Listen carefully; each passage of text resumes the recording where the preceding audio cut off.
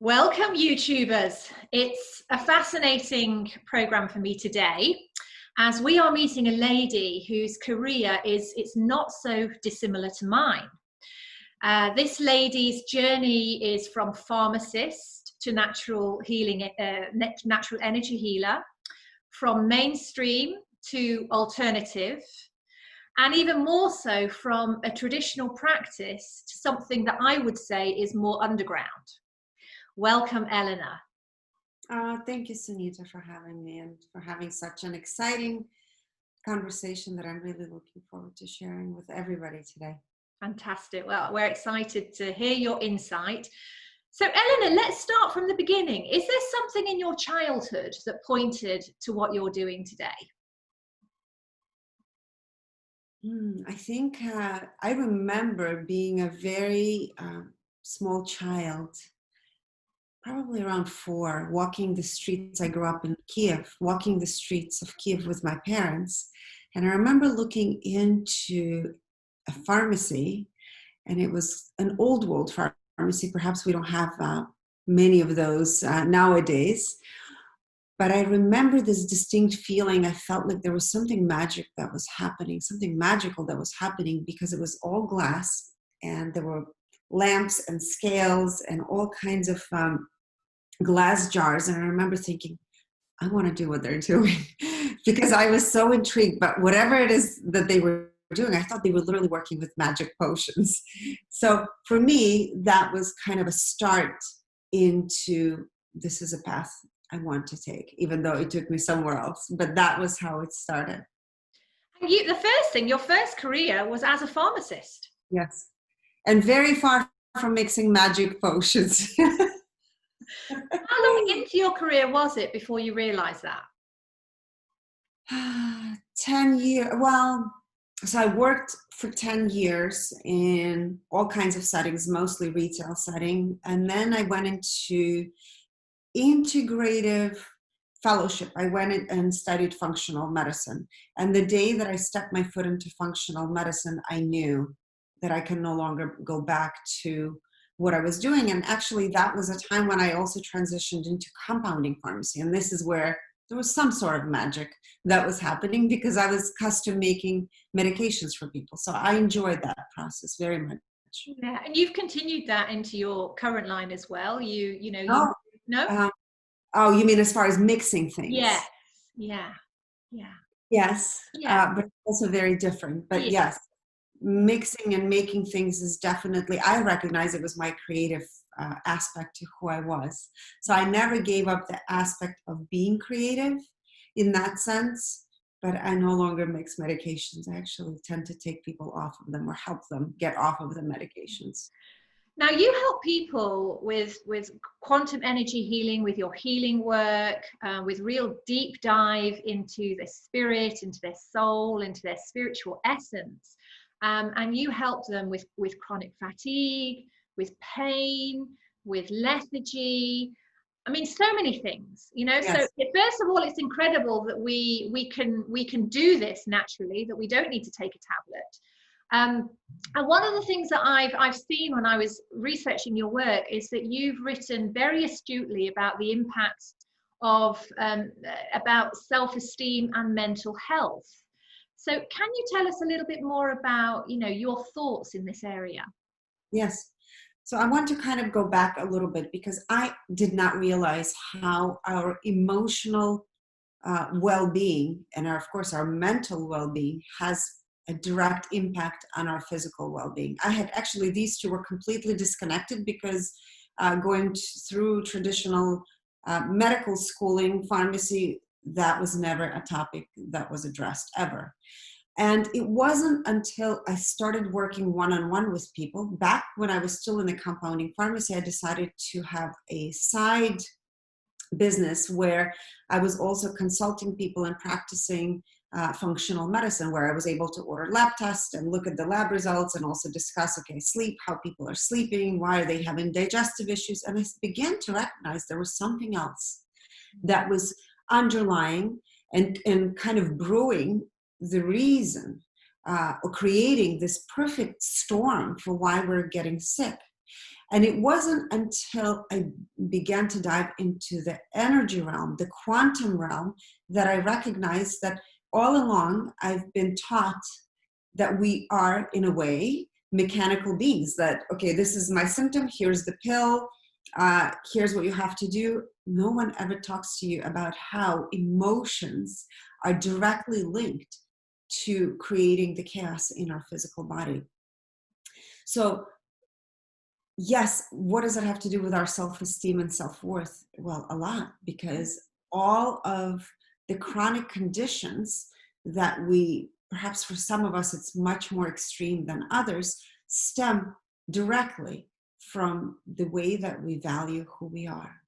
And the one main thing that I recognized is when we have events and situations in our life, perhaps from the moment we were in utero, right?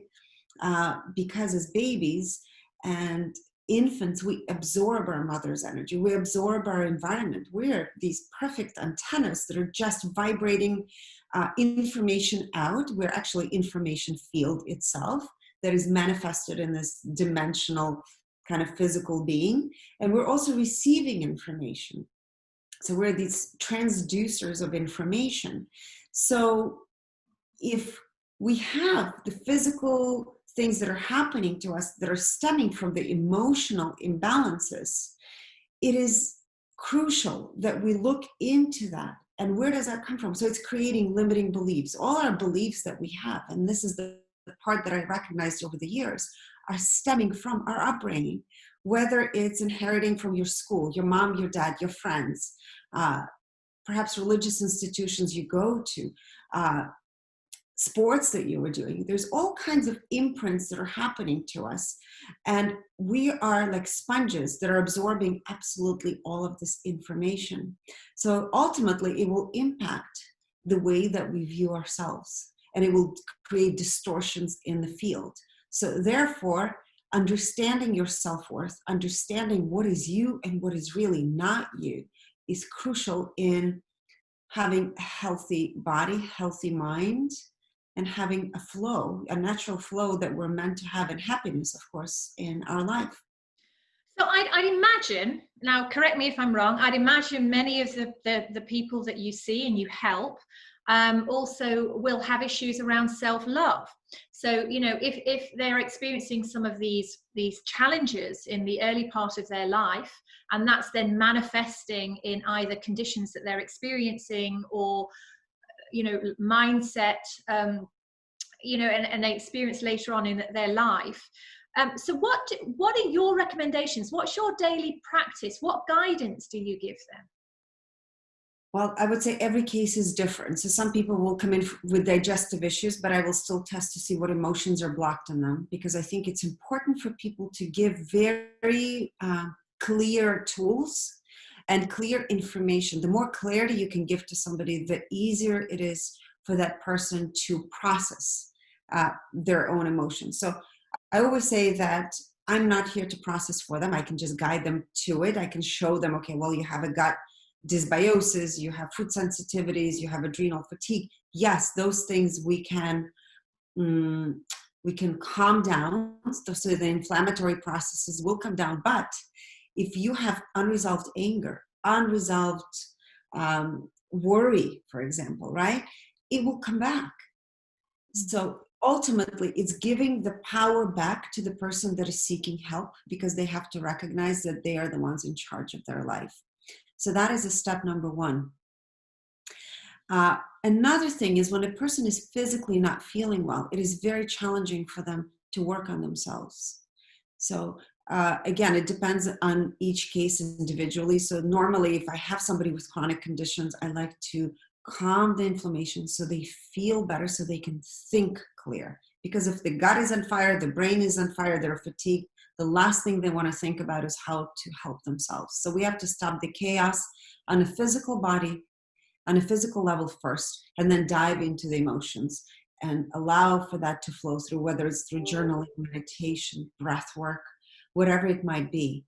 But self-love begins with first saying, I'm not the victim of my environment. Life is not happening to me. I'm co-creating it.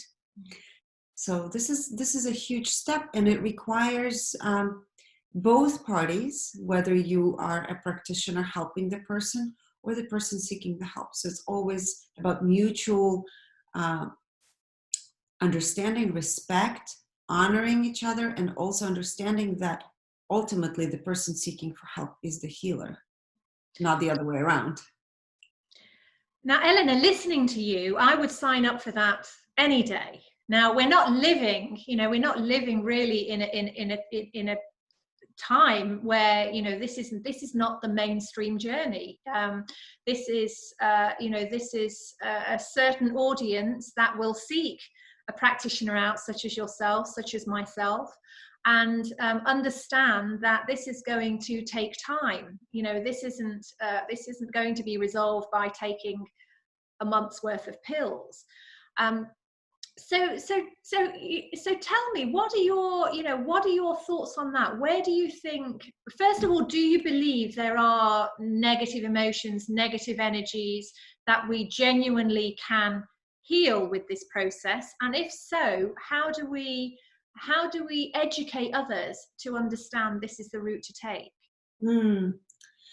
Wow, so many topics we're touching on. The most important thing I want to say, yes, this is not for everyone, because we've been trained, and this is a big distinction that I make in my practice. We've been trained to who is going to fix me, what magic potion and magic pill can I take to make all my problems go away. So ultimately, the society that we've created and we're a part of is the victim society, which is, all these things are happening to me. It's his fault. It's her fault. It's the doctor's fault. It's the practitioner's fault. And in fact, I need more pills to fix me. And I'm talking about this because I worked in a diabetes clinic, and I actually was a pharmacist in that clinic. And majority of people that I was seeing were on the average 17 prescription medications a day. And I remember having to call and do follow-ups with most of these patients, and I would say, has anyone talked to you about diet? Changing your diet and lifestyle. So a lot of these people were on asthma medications, high blood pressure, cholesterol, and they were eating, their diet was filled with dairy, heavy meats, fried foods, lots of sugar. Of course, a lot of them had diabetes as well, type 2 diabetes. Well, they said they didn't think the diet was related. And in fact, they just accepted the way that they are, that was their norm. So they would rather take the pills and complain than do something about their life. So again, this is the preset of our society where we are. So we have to take it and say, okay, this is where we are. There are people, as I know, I'm sure you know as well, that are seeking to feel their best, that are wanting to invest in their health because they're running companies and they cannot afford to feel sick. They cannot afford to feel low. So they're seeking to, there's a lot of these biohackers now that are seeking to biohack their health, whatever the term they might be using. But yes, there is a percentage and there is a shift happening. And what I'm seeing is there are patients now that are actually so smart and so educated and so intuitive. And they're the ones that are creating the main shift that is happening in our medical community, because they're forcing their practitioners to educate themselves more, to look deeper. So when they cannot find the mainstream medical community that could support them in that way, ultimately what most people end up doing is they end up seeking for practitioners that are practicing the healing arts in different ways. So you asked me about negative emotions. Do I believe there are negative emotions and positive emotions? I would say this. When we assign to something that is negative or positive, we automatically assign something is bad or good. I think ultimately we're made to feel all of those emotions, and it's crucial to acknowledge and honor. If you have fear, allow that fear to come through you. If you're worried about something, let that be your gift. Because I always say to people, yes, we have all kinds of, this is like the kaleidoscope of life. It's the gift that we're given in order to experience love, the greatest love, right? and joy and peace, sometimes we have to go through the journey of getting there to really appreciate that. So the difference is when you're stuck and you become a victim and you bathe and expand on the negative or low, I would say low vibrational emotions, that's a different story versus experiencing it, allowing it to come through you, giving you a lesson that it's here to give you, and moving on. So most of the people that I know actually expand and get stuck in the low vibrational frequencies, such as fear, envy, anger, and they're trapped in it. So therefore, they're repeating the same cycle over and over and over.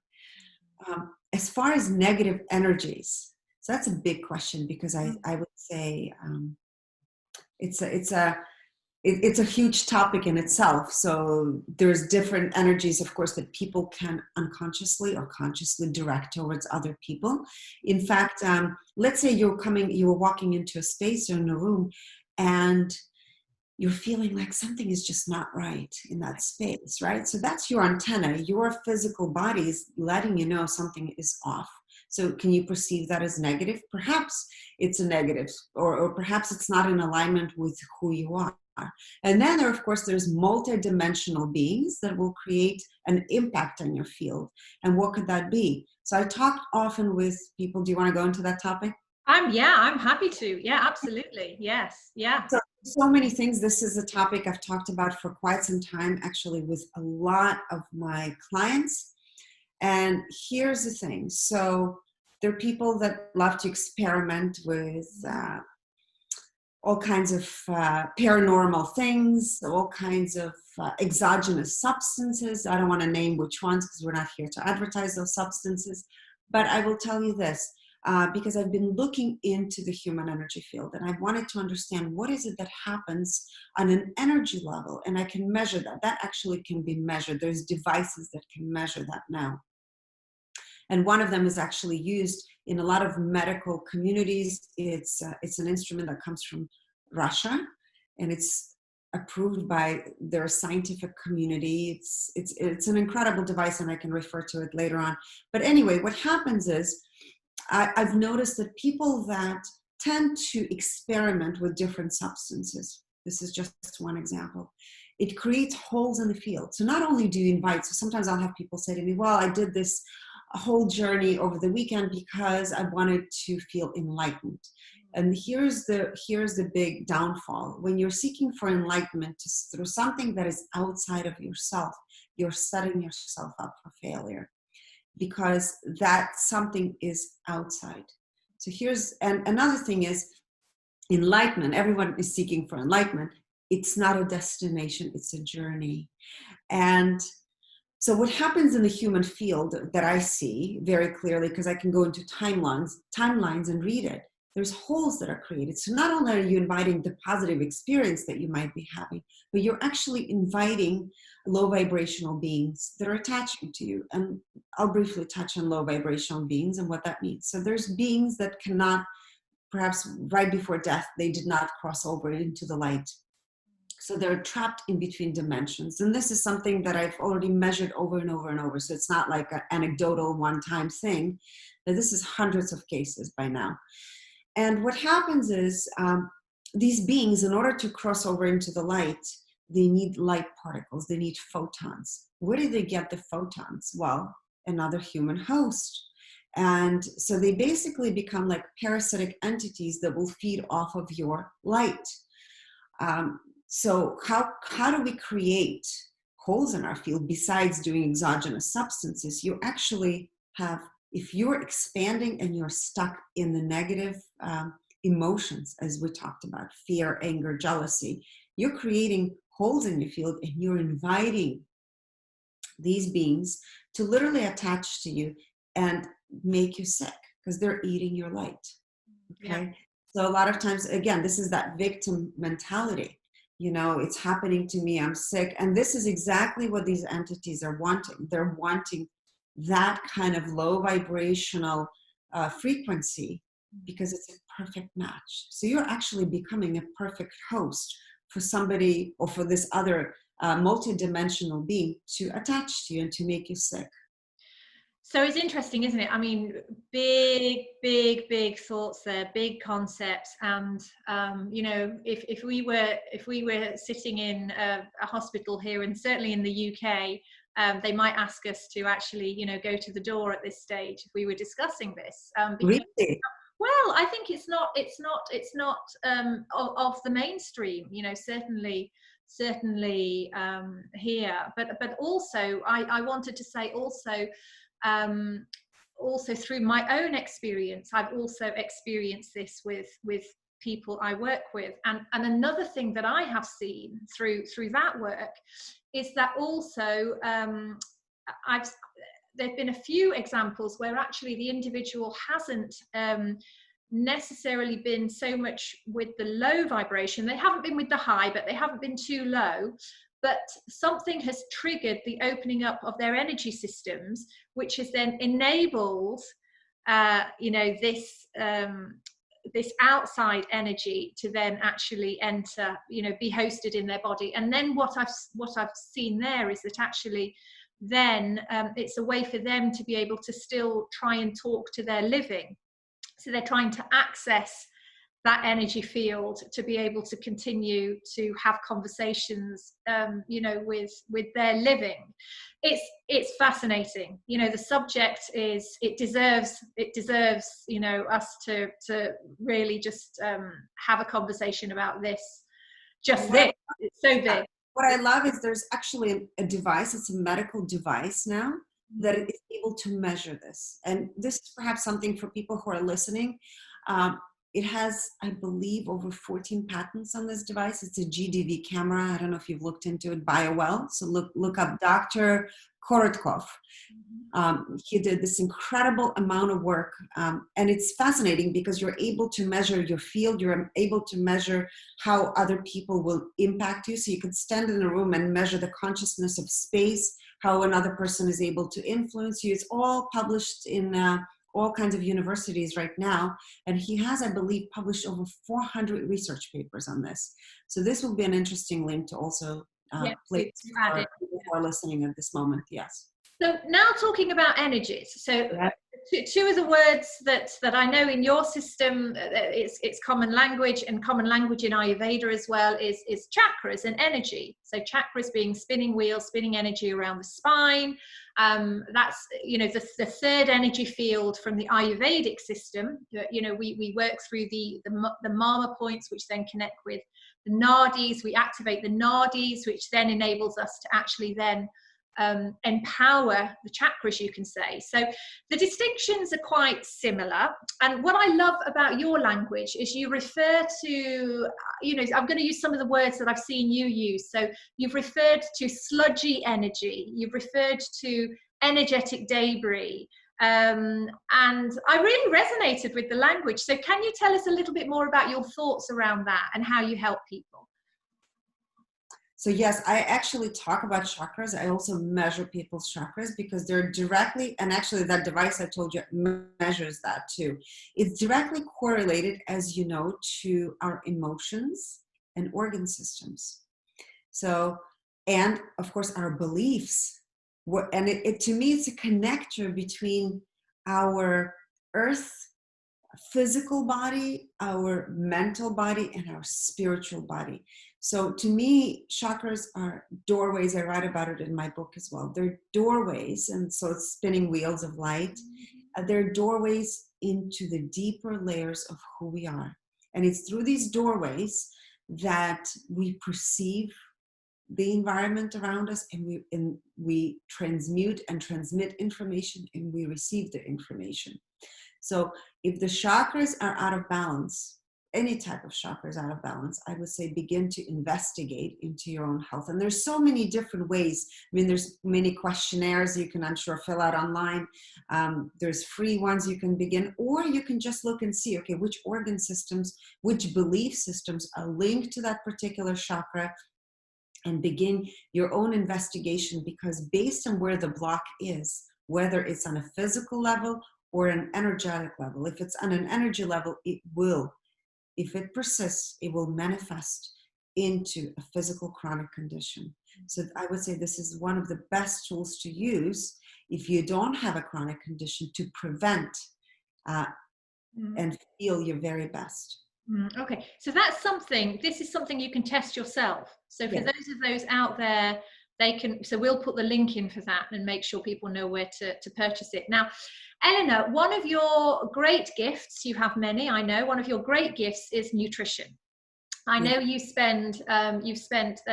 really shared a lot of very deep dive content in your book, and it's also I think a core part of your practice when you're working with your clients and your patients. So you've got an interesting take on juice cleansers.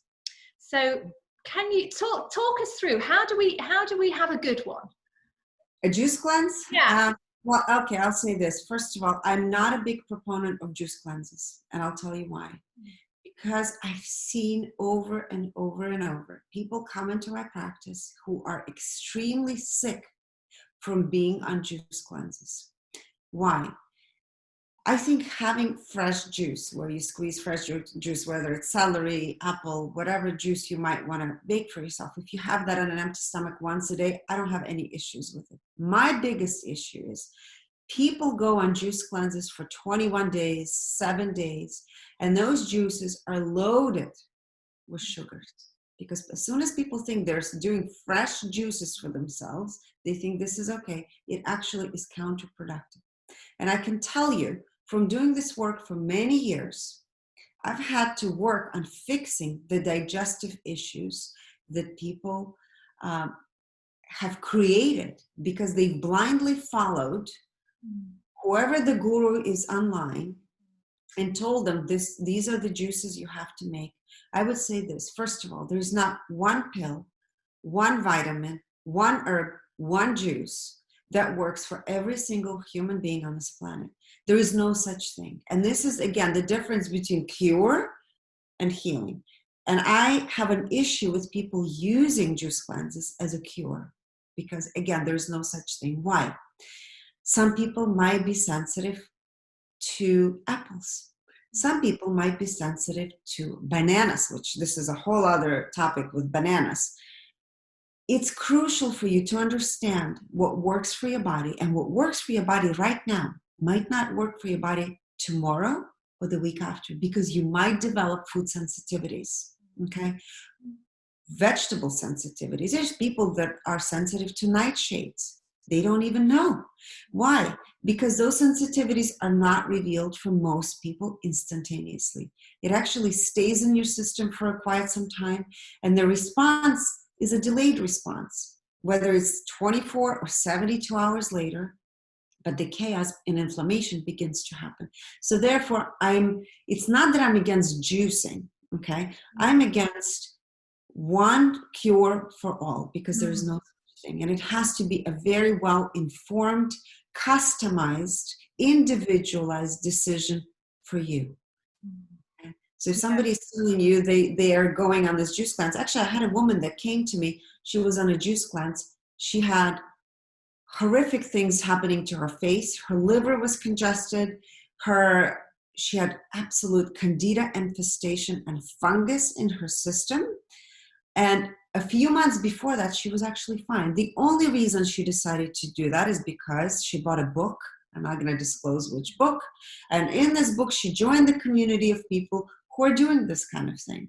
And actually, in the last months, I've had so many people that are extremely sick from juice cleanses. So I want to put it out there for people. It's not that something is wrong with juicing, but something is seriously wrong if a person or practitioner is telling you that this juice works for everybody. And it goes back to, doesn't it, that actually for an authentic healing program, it absolutely needs to be individualized.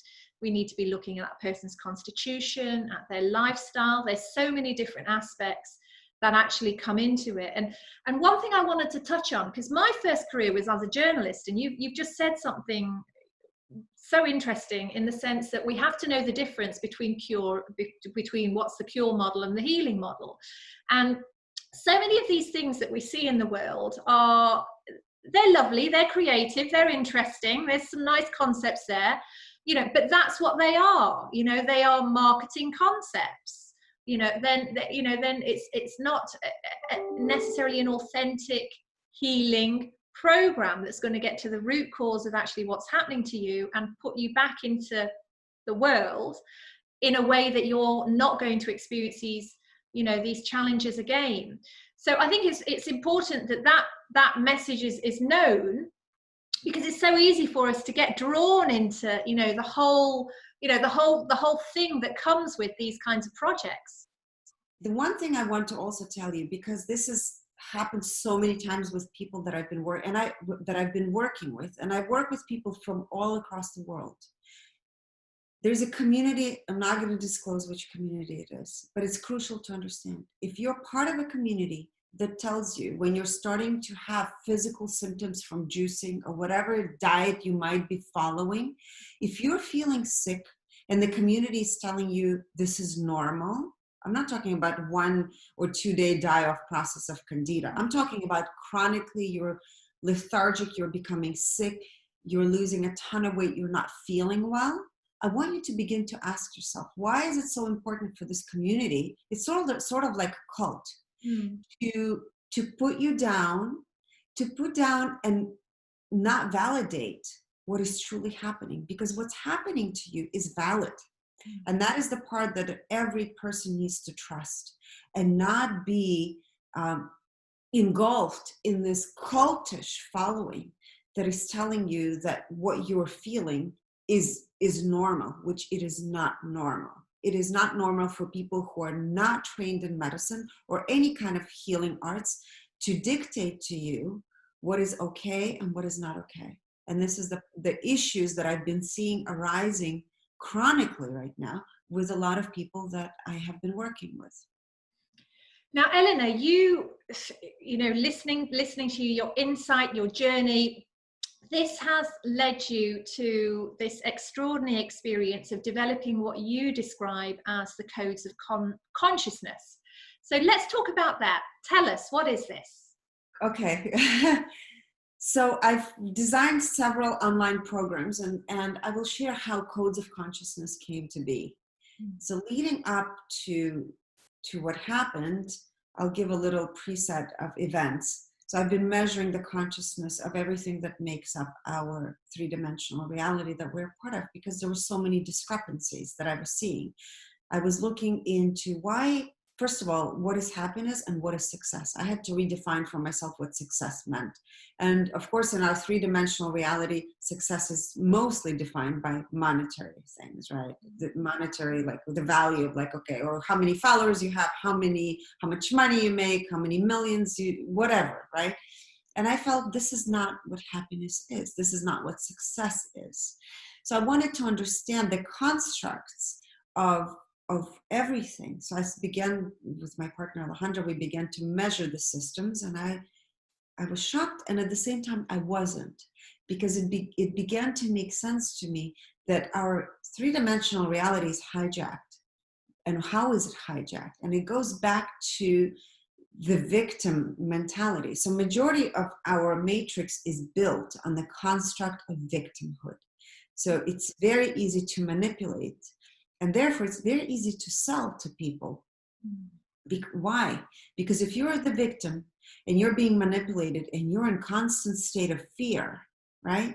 So anything that shines and looks beautiful, physically beautiful and appealing, will sell to you, right? So it's very easy to distort reality when you're in a lower vibrational frequency. And I said, okay, well, who are the people that are in this reality that are not, that are in their love, that are in their truth, that are in their integrity? I want to know these people and I want to find them. So leading up to this, my initial inspiration, of course, was Dr. Hawkins' work, and that was Power versus Force. He used kinesiology to test the vibrational frequencies. I used something else to measure that. There was a lot of correlation with my findings and his findings. And then, of course, I found something else and something bigger. But he was an important inspiration for me to begin to dive deeper into this work. So I said, okay, what can I do? Because to me, to raise the consciousness and vibration of our entire collective, because we're not separate. So even though we know there's a lot of fear, there's a lot of distortion, it's part of one collective, which is the human, right? So whether you're at a love frequency or the fear, it makes up our reality. But I thought, okay, well, how can I raise the consciousness of humanity? And I know it has to begin with me first. So I had to do the work on myself. And then hopefully inspiring other people who want to do the same thing. So I had Alejandra do something with me, and it was the progression. So you've heard of regression, and he did the progression with me. Progression is where he said, see yourself. So he took me, it's in a sort of a state of hypnosis, but not really, because you're fully conscious and present and you're experiencing. So I saw myself in the year 2035, and I saw what was happening to me, and I saw my life at that point. I also saw a book, cover of my book. Everything was very clear, and I was given very clear instructions, which I thought was for me, of all the things I'm supposed to do to work on myself, to activate certain parts of me that perhaps were disconnected. And that included activating my brain, creating all these powerful activation meditations, activating dormant aspects of the DNA, my luminous body. So I went through this journey first, of course, of detoxifying, cleansing my body, and then reconnecting. And then I sat in the meditation afterwards, after 7 days, because it was given to me as 7 days. I sat with myself, and I heard a voice, very clear voice, say to me that I'm supposed to share this. It wasn't just for me. And I thought, how am I going to share this? Because this is a very strange kind of thing that I've never done before publicly. And initially it was, I was supposed to do it as a live event for my community for free. And I did that. So it was a 7-day activation that I took the people that joined on this journey every single day. Some things were absolutely channeled that was coming through me, and other things I pre-recorded, like guided meditations that I also channeled, but I recorded them.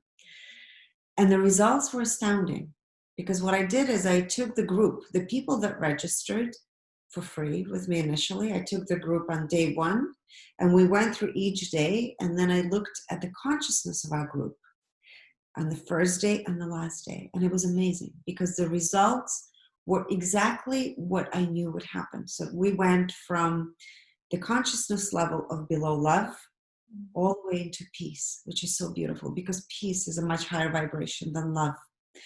So to me, it was a very clear indication that this was incredibly powerful, and it needed to be shared with as many people as possible. So therefore it became a 7-day online program that you see at the moment. So can people sign up now? You're still running it? Yes. Yeah, it's available at any time. Okay, that's great. So we'll give those details. Elena, what would you, if you were talking to your 18-year-old self, what would you say? I would say, trust the path. That's all. I wouldn't change anything, actually. Looking back, I would still do everything that I've done up until this moment. So just trusting the path. Beautiful. And just final question. Just this is very, personal for you, but when was the last time that you were surprised? There's so much knowledge there, I can imagine that, the insight and the wisdom you connect with immediately. So when was the last time you were surprised? That's a hard one. I don't know. I can't remember. And that's the truth, because I think nothing ultimately surprises me. I can share with you that I experience beauty every day and grace, but it's not surprising. Beautiful. Thank you. Well, thank you so much. Thank you for your time today. So we'll give the links that you mentioned And just if you can let everyone know how they can contact you, A, if they want to join your course, B, if they want to work with you, C, if they want to take, have access to your book. Yes. How do they get in touch with you? Yes. So all the information is available on my website. And the website is wholistic.com. WHOLISTIC. And this particular course that we mentioned is called Ignite Your Codes of Consciousness. And it's also available on my website as books as well. So thank you. Thanks a lot. Thank you, Elena.